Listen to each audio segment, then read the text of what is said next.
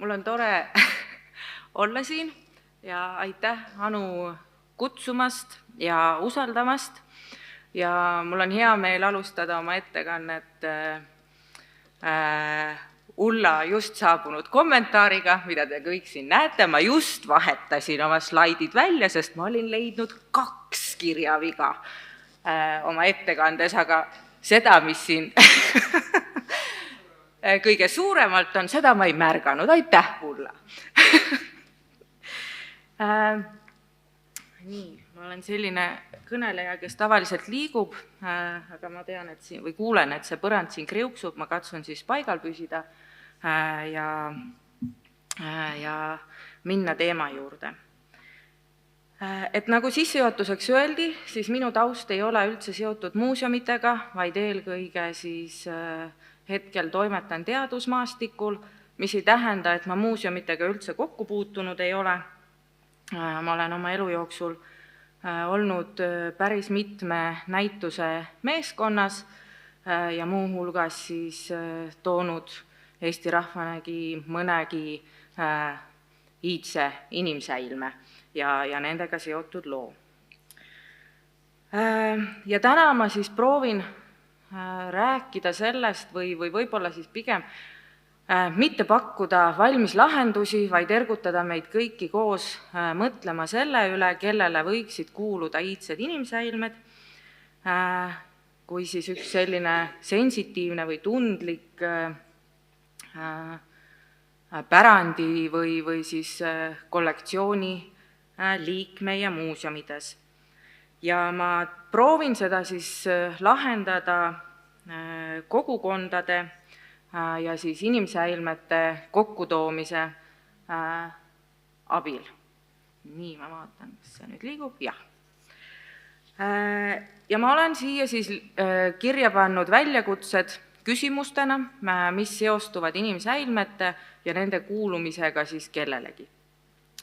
Ja ma pean kohe alustuseks ütlema ka seda, et ma keskendun eelkõige arheoloogilistele inimsäilmetele, sest et pealkirjas oli ka sõna iidsed, mitte päris nii. Ja ma siis vaatan muuseumi, aga ka teaduskogusid.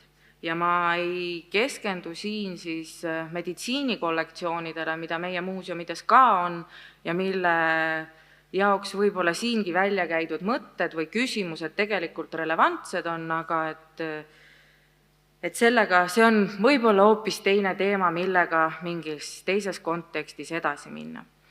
Aga küsimused või väljakutsed, millel ma siis proovin peatuda, on, et milline on arheoloogiliste inimsäilmete elukaar, et vastata siis sellele küsimusele, kellele need võiksid kuuluda. Ja alamküsimustena peatun siis sellele, et miks ja kuidas üleüldse jõuavad säilmed meie kogudesse, millised on potentsiaalsed omanikud või huvigrupid, kes arheoloogiliste inimsäilmetega kokku puutuvad, kas ja kuidas üldse tuleks neid kasutada kaasaegses teadustöös ja kas ja kuidas tuleks neid kureerida. Esimese küsimusena, et miks ja kuidas jõuavad inimsäilmed kogudesse. Et siin on valdavas osas on tegemist Eesti muuseumitöötajatega, siis teile võib-olla see taust ei ole nii oluline, aga kuna meil on ka 2 väliskülalist vähemalt, et siis Eesti kontekstis valdav osa inimsäilmeid jõuab kogudesse arheoloogiliste väljakaevamiste tagajärjel või tulemusena. Täna on see eelkõige siis nii-öelda kaevamiste tulemusel, mis meie tänaste inimeste elujärge linnakeskkonnas parandavad, ehk et me arheoloogidena nimetame neid päästekaevamisteks, mitte siis teadlase uurimisküsimusest lähtuvateks uurimiskaevamisteks, vaid valdav enamus meie luukogusid kasvab seetõttu, et meie 21. sajandi inimesed tahame moel või teisel parandada oma elutingimusi. Kas on meil vaja ehitada uus hoone, mis mingil põhjusel platseerub keset varauusaegset, keskaegset, muinasaegset kalmistut või tahame me endale rajada paremaid kommunikatsioone, sooja vett, kütet, ma ei tea, internetti, mida iganes, et see on see põhjus, miks arheoloogid üleüldse kaevama satuvad ja sealt edasi siis põhjus, miks inimsäilmed meie kogudesse jõuavad. Ja minu teada meil puuduvad sellised eraalgatuslikud või erakollektsioonid inimsäilmetest ja need meie olemasolevad kogud on kõik siis nii-öelda seaduslikul teel hangitud ja me teame valdava osa nende kogudes olevate säilmete päritolu ja me kinnitame ka endale, et neil kõigil on siis museaalne ja teaduslik väärtus. Aga mis need inimsäilmed siis üleüldse on, millest me räägime? Võib-olla kõige laiemalt võiks öelda, et tegemist on siis inimliigi ja tema eellaste, kehade või nende osadega. Need võivad olla pehmed koed, organid, meie kogudes on tegemist valdavalt luudega, see võib olla silmasarvkest, juuksed, küüned, luuüdi, embrüod, siis meditsiinikogudes me just nimelt räägime preparaatidest, aga need võivad olla ka modifitseeritud inimsäilmed, nagu see pildil olev beeker siin, millel on siis kujutatud ühte Tiibeti valmistatud 19.–20. sajandi vahetusel valmistatud püha beekrit, mis on siis, või mille valmistamiseks on kasutatud siis kohaliku preestri või laama koljut. Seaduse mõttes, ma mõtlesin, ma uurin ka, et mida meie seadused inimsäilmete kohta ütlevad, aga meil nad kuigi hästi seal sees ei ole, küll on nad siis muinsuskaitseseaduse 6. paragrahvis olemas siis arheoloogilise kultuurkihi osana, ehk et siis arheoloogiline kultuurkiht on otsese inimtegevuse tulemusena või kaasmõjul tekkinud ladestus, mis võib muuhulgas siis sisaldada ehitusjäänuseid, vrakke, inim- ja loomaluid, arheoloogilisi leide, sealhulgas töö, tarbeesemeid, tootmisjääke ja muud sellist. Ja sellest seadusest tulenevalt siis kaasub ka kohustus neid inimsäilmeid või arheoloogilist kultuurkihti kaevata ja sealt edasi siis see nii-öelda järgmine etapp neid muuseumi või teaduskogude hoidlates säilitada. Ja ma panin siia ka veel ühe või paragrahvi 4 sellest samast muinsuskaitseseadusest, kus siis on öeldud ka, et arheoloogiline kultuuripärand, mille osaks me arheoloogide kogukonnas siis või ka laiemalt peame inimsäilmeid, on siis inimtekkelised või inimese ja looduse koosmõjul tekkinud esemed ja inimesed, selle juurde me tuleme natukese aja pärast tagasi, ja keskkonnad, millel on siis ajalooline, arheoloogiline, kultuuriline või esteetiline väärtus. Et sellised definitsioonid jätan ma siia praegu nende inimsäilmete kohta ja lähen edasi.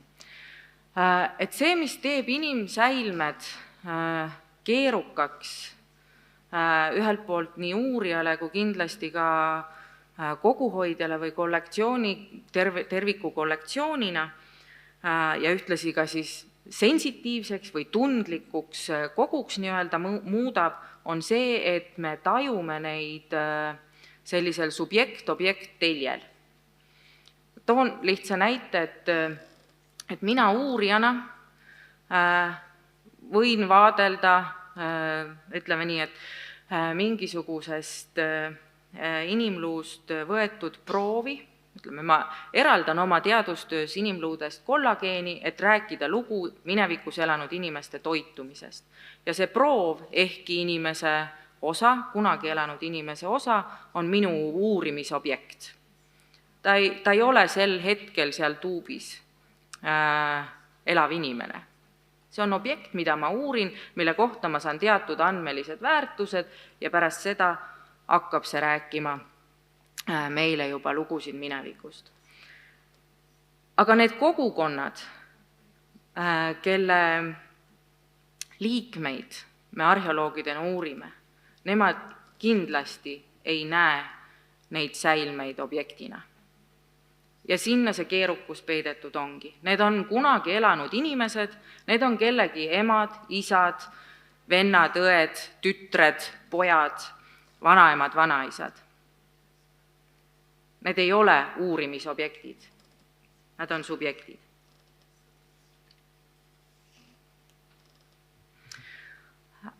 Ja et selle võib-olla natukene illustreerida seda keerukust ja seda, kuidas me ka teadlasena ei ole tegelikult ainult siis, ei vaata inimsäilmeid kui uurimisobjekte, vaid selle subjektsuse ja objektsuse mõiste või see on selline skalaarne, et siin ma siis olen horisontaalsel teljel toonud välja aja ja vertikaalsel teljel on siis nii-öelda see objektsuse, subjektsuse skaala ja kui me oleme siis minevikus ja see inimene on elav agent, siis ta loomulikult on subjekt. Kui ta sureb, siis ta kaotab teatud osa oma subjektsusest ja me juba peame ka leinajatena tegelema sellega, et tegemist ei ole üksi enam nagu subjektiga, vaid meil on objekt, meil on surnukeha, millega me peame midagi ette võtma ja tavaliselt on meie kultuur selle ette näinud, kuidas siis selle objektiga käituda. Nüüd läheb teatud aeg mööda ja siis tuleb seesama veetrassi kaevamine 13. sajandi kalmistule ja siis tulevad mängu arheoloogid, kes kaevavad selle välja ja nad tõenäoliselt sellise tempoka töö juures ei mõtle kuigivõrd selle peale, et tegemist on subjektiga, vaid see on tööobjekt, mis on vaja nii-öelda ära kaevata. Osteoloogiline analüüs võib-olla juba lisab teatud jälle sügavust, rohkem teadmist selle inimese kohta ja me jälle liigume subjekti skaalal natuke kõrgemale. Kollektsioonide korrastamine ja hoiustamine, siin oskate teie mulle ilmselt palju paremini öelda, kuhu seal subjektsuse ja objektsuse skaalal liikuma peaks, et see on siin minu selline isiklik vaatepunkt ja kindlasti mitte absoluutne. Ja nii siis ka need samad sekundaarsed analüüsid, mida siis teadlased teevad juba kogudes olevate säilmetega, lisavad teatud subjektsust nendele säilmetele. Ja eksponeerimine ja võib-olla siis ka tagasimatmine on jälle rohkem võib-olla siis subjekti kui objekti kesksed. Ja selle sama skaala juures tulevad meil mängu erinevad potentsiaalsed omanikud või huvigrupid, et ma juba nimetasin siin arheolooge, meil olid koguhoidjad, eks ju, ja siin olen ma välja toonud siis võib-olla 4 peamist huvigruppi või kogukonda või omanikku. Täna esimeses loengus me kuulsime, et omanik ei olegi enam muuseumi teoorias võib-olla kõige parem mõiste, et ma veel siin olen selle omaniku juures. Need on siis kitsamad kogukonnad, kes tunnevad mingil moel otsest sidet nende arheoloogiliste inimsäilmetega.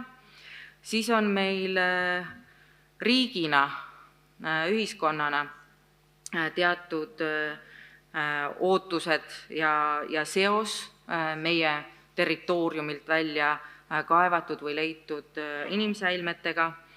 Siis on grupp teadlasi, kes ühtepidi on kindlasti väga uudishimulikud, tahavad uurida meie minevikku, teistpidi on kindlasti kammitsetud sellest, et nende teadustöö ja nende teadustöö sõltub väga palju nendest inimsäilmetest, säilmete kättesaadavusest, ehk et neil ei ole seal mitte ainult õilsad eesmärgid, et rääkida minevikust lugusi, vaid ka väga pragmaatilised, ellujäämise seisukohalt olulised motiivid. Ja kindlasti siis meie muuseumikogud ise või teaduskogud, kes siis tegelevad eesmärgipärase kogumisega ja ka siis teaduse tegemisega. Ja võib-olla, ja mitte võib-olla isegi võib-olla, vaid kindlasti on siin huvigruppe, keda ma ei ole täna nimetanud ja kelle keda ma ei oska ka hetkel välja tuua, aga nad on kindlasti kusagil olemas, mida rohkem ja avatumalt me sellest teemast räägime. Ja teadlased tulevad sellesama inimsäilmete elukaare juures mängu väga mitmes punktis. Et esmalt võib-olla seesama arheoloogilised kaevamised, et üleüldse siis meieni säiliks või meil oleks võimalus inimluid väärikalt siis maapinnast eemaldada ja ka siis hoiustada ja nende lugusid uurida ja avaldada. Siis on erinevad meetodid, mida arheoloogid kasutavad selleks, et siis nende säilmete põhjal rääkida nii kultuurist kui bioloogiast minevikus. Et ma olen siia toonud välja mõned erinevad metoodilised või metoodikad, arheodonatoloogia, mis võimaldab rääkida meil rituaalidest, praktikatest, mis toimusid siis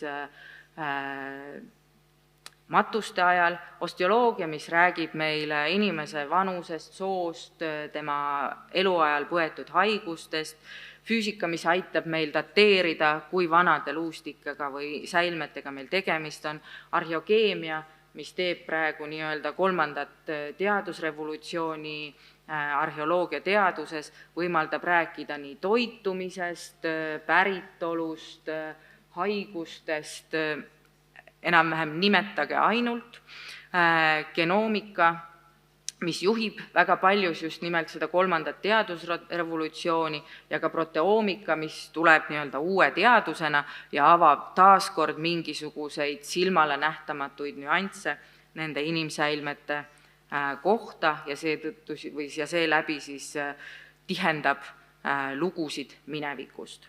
Et siin ma olen toonud 2 näidet. Seal siis teie jaoks vasakul on üks Mbuti pügmee, kelle hambad on teravaks viilitud. See on midagi, mis arheoloogiliselt säiliks ja ei ole midagi bioloogiaga seotud, vaid on siis ühe ühiskonna kultuuriline praktika ja samamoodi siis Hiina lootuse jalad, mis on samuti midagi, mida meil oleks võimalik siis just nimelt kultuurilise praktikana näha ka inimsäilmetes. Ja siis siin paremal pool on Eestist Pada kalmistult pärit inimese vasak alalõualuu, millest te näete siis tagapurjehammastes auke ja need augud ei ole sinna siis tekkinud mitte iidsite kultuuripraktikate käigus, vaid on tänane teaduspraktika selleks, et rääkida selle konkreetse inimese toitumisest. Hästi põgusalt toon teile siia ka ühe sellise minu enda isikliku lemmik sellest, mis on siis selle kolmanda teadusrevolutsiooni tulemusena tekkinud jaht inimsäilmetele, aga kus see on siis võib-olla kulmineerunud väga elegantselt teaduse mõttes, et see on siis see on üks näide Taanist, umbes 6000 aastasest loolast. Me teame, et ta on naine, me teame, et ta sõi sinikaelpardi liha, et ta on söönud sarapupähkleid, me teame, et tal on olnud siis kopsupõletikulaadne haigus ja me teame seda kõike, mitte siis selle pildina kujutatud tütarlapse säilmete põhjal, luustike, nahka, mitte midagi sellist ei ole säilinud, küll aga on säilinud siis tema DNA selles tõrvanetsus, see pruun käkk, mida te seal näete. Et see on minu jaoks üks selline ilus ja elegantne lugu sellest, kuidas teadus väärindab kogudes olevat materjali, luues uusi lugusid, kasutades uusi meetodeid, arendades uusi meetodeid ja tagades sellega siis nüansirikkama mineviku ja võib-olla ka parema arusaamise meie inimkonna ajaloost. Inimsäilmete ja teadusega ja selle uurimisega kerkib kindlasti ka kohe küsimus, et kellel on õigus uurida inimsäilmeid. Ja siin on mul üks kohalik näide sellest, kuidas paralleelselt ühte ja sama materjali analüüsis rahvusvaheline tugev DNA-grupp Saksamaalt ja kohalik doktorant, teadmata teineteise tööde olemasolust. Et kuidas neid, ühesõnaga, kellel on õigus uurida meie ajalugu ja kui suurelt me määratleme seda meiet, kas see on Eesti, kas see on Euroopa, kas see on kogu maailm.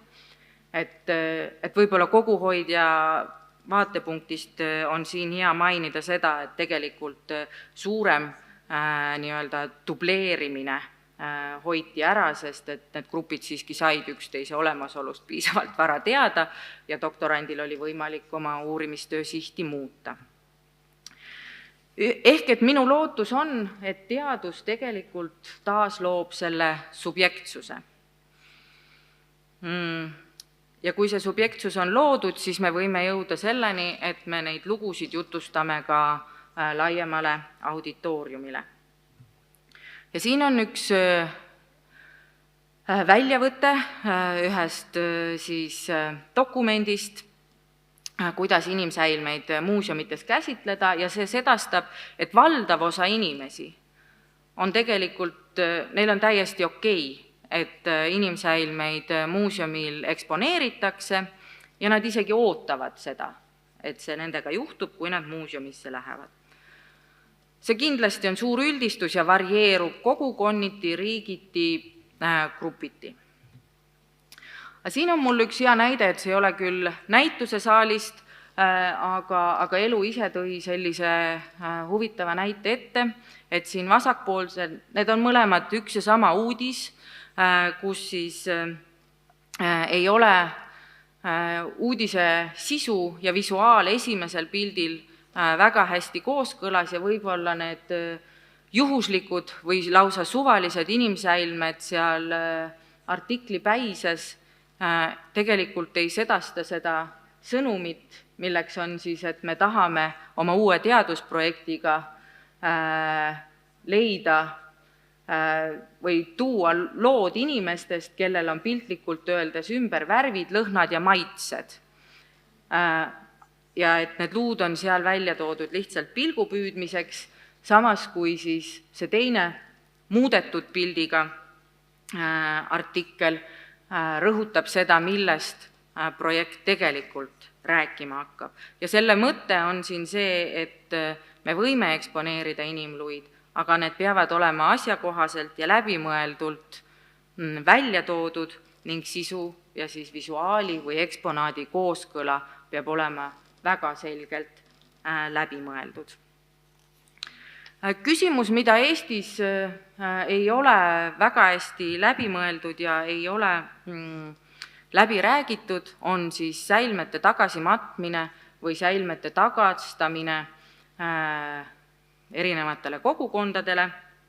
Meil on kokkulepe, vaikiv kokkulepe, et esiaegsed luud ehk et siis 11 000 aastat tagasi kuni 13 sajand on need, mis meile kollektsioonidesse jäävad ja kõik, mis hilisem on ja mida praegu valdavalt osalt kaevamised toodavad, on siis juhtumipõhiselt lahendatavad, et kas need luud lähevad kogudesse või need maetakse maha. Ja siin on võib-olla minu jaoks või olen välja toonud mõned küsimused, mida siis nagu võiks või millele võiks tähelepanu pöörata. Et miks me üleüldse inimsäilmeid hoiustame, millised need meie reeglid või seadused võiksid olla, et me kaasaksime erinevad vaatenurgad, et olla kaasav demokraatlik koostöine muuseum või siis teaduskogu. Kindlasti on vaja võtta aega erinevate osapoolte argumentide kuulamiseks ja siis ka et me teeksime demokraatlikku teadust, et see sama slaid sellest, et kellel on õigus meie kogusid uurida. Ja ma arvan, et see on see koht, kus me peame nendel teemadel Eesti ühiskonnas laiemalt rääkima hakkama. ja ühtlasi mulle väga meeldis täna esimeses ettekandes ja tegelikult ka Jaana ettekandes tuli seesama punkt välja, et meil on vaja otsustamisjulgust. Senisest rohkem võib-olla. Kellele siis kuuluvad iidsed inimsäilmed? Ma arvan, et natukene neile kõigile, kellest täna juttu on olnud, aga eelkõige siis me võiksime mõelda selle peale, et kuidas need samad inimesed, kelle säilmeid me uurime, võiksid sellega suhestuda. Inimsäilmed on kultuuripärandi osa, mis tähendab, et meil riigi kodanikena on justkui õigus neile ja nende lugudele. Olulised on kindlasti erinevad väiksemad huvigrupid, olgu need siis etnilised, religioossed või midagi muud. Muuseumi ja teaduskogud ise kindlasti oma reeglite ja toimimispõhimõtetega, aga ka teadlased. Ja võib-olla see, kuhu tahaks jõuda, on just see, et need erinevad osapooled saaksid kokku ühe laua taga ja mõtiskleksid nendel teemadel üheskoos ja koostöiselt. Aitäh!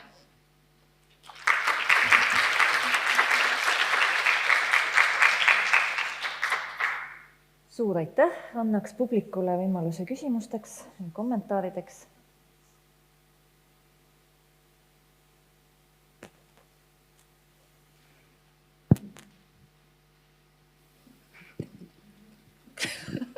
Aitäh! Väga mõnus ettekanne. Ma küsin, kas arheoloogi jaoks või teadlase jaoks on oluline, et arheoloogilisi leide hoiustatakse muuseumis? Sa mõtled laiemalt üldse arheoloogilisi leide? Jah, Eestis. Ma arvan küll, et see on oluline, sest see tagab neile ikkagi oluliselt parema ligipääsu, kui nad oleksid erakollektsioonides. Aga kui nad oleksid teaduskogudes? Okei, võt sellist vahet ma nagu teha ei oska, et kas seal on nagu väga suur vahe muuseumi või teaduskogul. Et siin ma jään küll vastuse võlgu, et kumb see nii-öelda parem koguliik oleks. Ma mõtlen, et kui on näiteks teaduskogus, et siis oleks võib-olla terviklikum, kompaktsem ülevaade, manageerimine. Ma ise idealistina arvan, et seda on võimalik mõlemal pool saavutada. Et selles mõttes ei ole minu meelest vahet, et kui on olemas teadlasele info, kus mingi materjal on teada selged nii-öelda reeglid või kokkulepped, kuidas neile ligi pääseb, kuidas neid kasutada tohib, et siis iseenesest ei ole vahet, et Eesti on nii pisikene, et siin erinevate linnade vahel nii-öelda sõita ja kogust materjali nii-öelda uurimiseks koguda ei ole tegelikult probleem. Mul on üks provokatiivne küsimus. Miks on nii, et oli kuulda enne ka? Et kultuurikihist välja tulevad inimluud on automaatselt kultuuripärand, aga kõik vanad asjad ei ole kultuuripärand. Et miks inimluudel eelis on? Vau! See on tõesti provokatiivne küsimus, kui ma kuulsin õigesti seda algust, mis mikrofoni ei jõudnud. Ma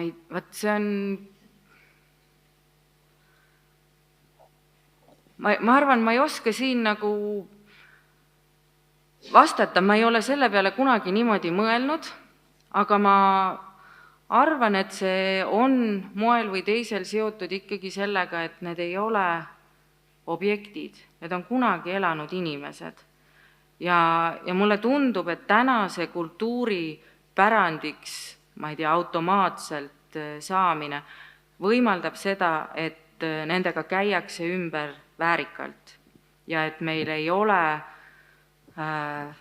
mida paraku juhtub ikkagi ka, aga et meil ei ole lihtsalt kusagil kraavikaldal laiali inimluid, või ei ole nad lihtsalt visatud autokasti ja viidud ära kuhugi uusarenduse täiteks, kus siis lapsed liivakastist hakkavad neid leidma. Et mulle tundub, et võib-olla see raamistik annab sellise, vähemalt meie kultuuriruumis, täna nõks väärikama kohtlemise võimaluse.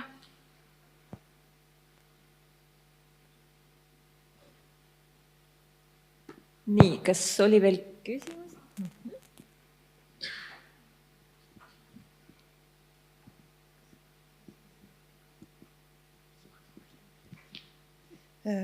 Aitäh, Mari, väga tore ettekanne oli. Et see pikk tore ajatabel, mis sul oli, koos selle objektsuse ja subjektsusega, et sinna sa võid ühe sellise otsustuspunkti veel lisada enne kaevamist, ehk siis selline muinsuskaitseline otsustamine, et see, miks asi on üldse, eks ole, kõik need arheoloogilised paigad, mis on muinsuskaitsele jõudnud, et see seadus ja kaevamine, et selle vahepeal käib ju ka samamoodi selline subjektsuse ja objektsuse otsustamine. Aga mida ma tahtsin küsida tegelikult oli see, et mis on sinu enda seisukoht selles uurimisvõimaluses või demokraatlikus võimaluses? Et mina ütlen oma seisukoha kohe välja, et mina arvan, et kui on erinevad uurimisrühmad tahavad sama materjali uurida, siis sellise säästliku viisiga peaks nagu kõigil lubama, aga mis on sinu seisukoht? Aitäh selle lisanduse eest, Ulla, et nagu ma ütlesin, jah, see ajatelg oli selline minu isiklik esimene sketš ja ma arvan, et sinna neid otsustuskohti võiks tegelikult veel lisada. Aga see sinu siis nagu küsimus sellest, et kuidas tagada või kes võiks uurida meie pärandit. Ma olen sinuga põhimõtteliselt nõus, et kõigil peab olema ligipääs. Aga millega ma võib-olla teadlasena nii palju nõus ei ole ja mida me näeme tegelikult sellesama kolmanda teadusrevolutsiooni sees, mis arheoloogias toimub, see tähendab seda, et me üha rohkem tänu siis DNA uurimise võimalustele me täna augustame neid inimluid. Et ühtepidi me toome neid lugusid juurde, aga teistpidi tähendab see alati ka seda, et me tegelikult lõhume neid, seda materjali. Et need on küll imepisikesed lõhkumised, aga siiski. Aga et mujal ja teadusringkondades me ikkagi üritame rääkida seda, et me topeltproovistamist ühe eesmärgi nimel ei tee. Ehk et kui see lugu ja ütleme, et see kasutatav meetod on üks ja sama ja seal ei ole mingisuguseid nagu uuendusi, siis praegu teaduskogukonna sees nähakse, et ei ole eetiline minna ja proovistada neid samu inimsäilmeid täpselt selle sama meetodiga. Ja mida paremaks muutub kogu see digihumanitaaria, millest rääkisid Pille ja Mari, eks ju, seda rohkem on meil tegelikult võimalik mitte siis kasutada füüsiliselt neid inimsäilmeid, vaid neid andmestikke, mida nende uuringutega siis luuakse, eks ju. Ehk et kui ma tahan jälle uurida või ma tahan dateerida mingit asja täpselt sama meetodiga uuesti, siis ma ei peaks seda tegema, sest et need andmed peavad olema nende sama FAIR põhimõtete alusel, mida Mariga siin mainis eelnevalt, kättesaadavad ja taaskasutatavad. Küll, aga kui need meetodid muutuvad, kas või see sama radiosüsiniku dateering, selle täpsusaste on viimase 60 aasta jooksul ikkagi oluliselt kasvanud, eks ju, et kui sul on seal 100 pluss miinus 200, eks ju, ja täna saad sa 100 pluss miinus 23, et siis on õigustatud selle proovi tegemine. Aga muidu võimaluse andmine kõigile, ma olen nõus, et see on õiglane, aga teistpidi tekib siin väike oht ka, ja nüüd teaduse köögi poolt võib-olla valgustades, sellele, et suurtel riikidel ja suurtel ülikoolidel on palju suuremad võimalused teha tänapäeva mõttes tipptasemel teadust.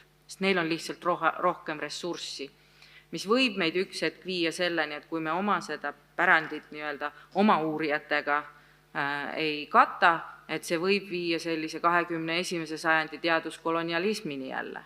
Et millest me tegelikult ju praegu nii muuseumi kui teaduse ruumis üritame välja tulla.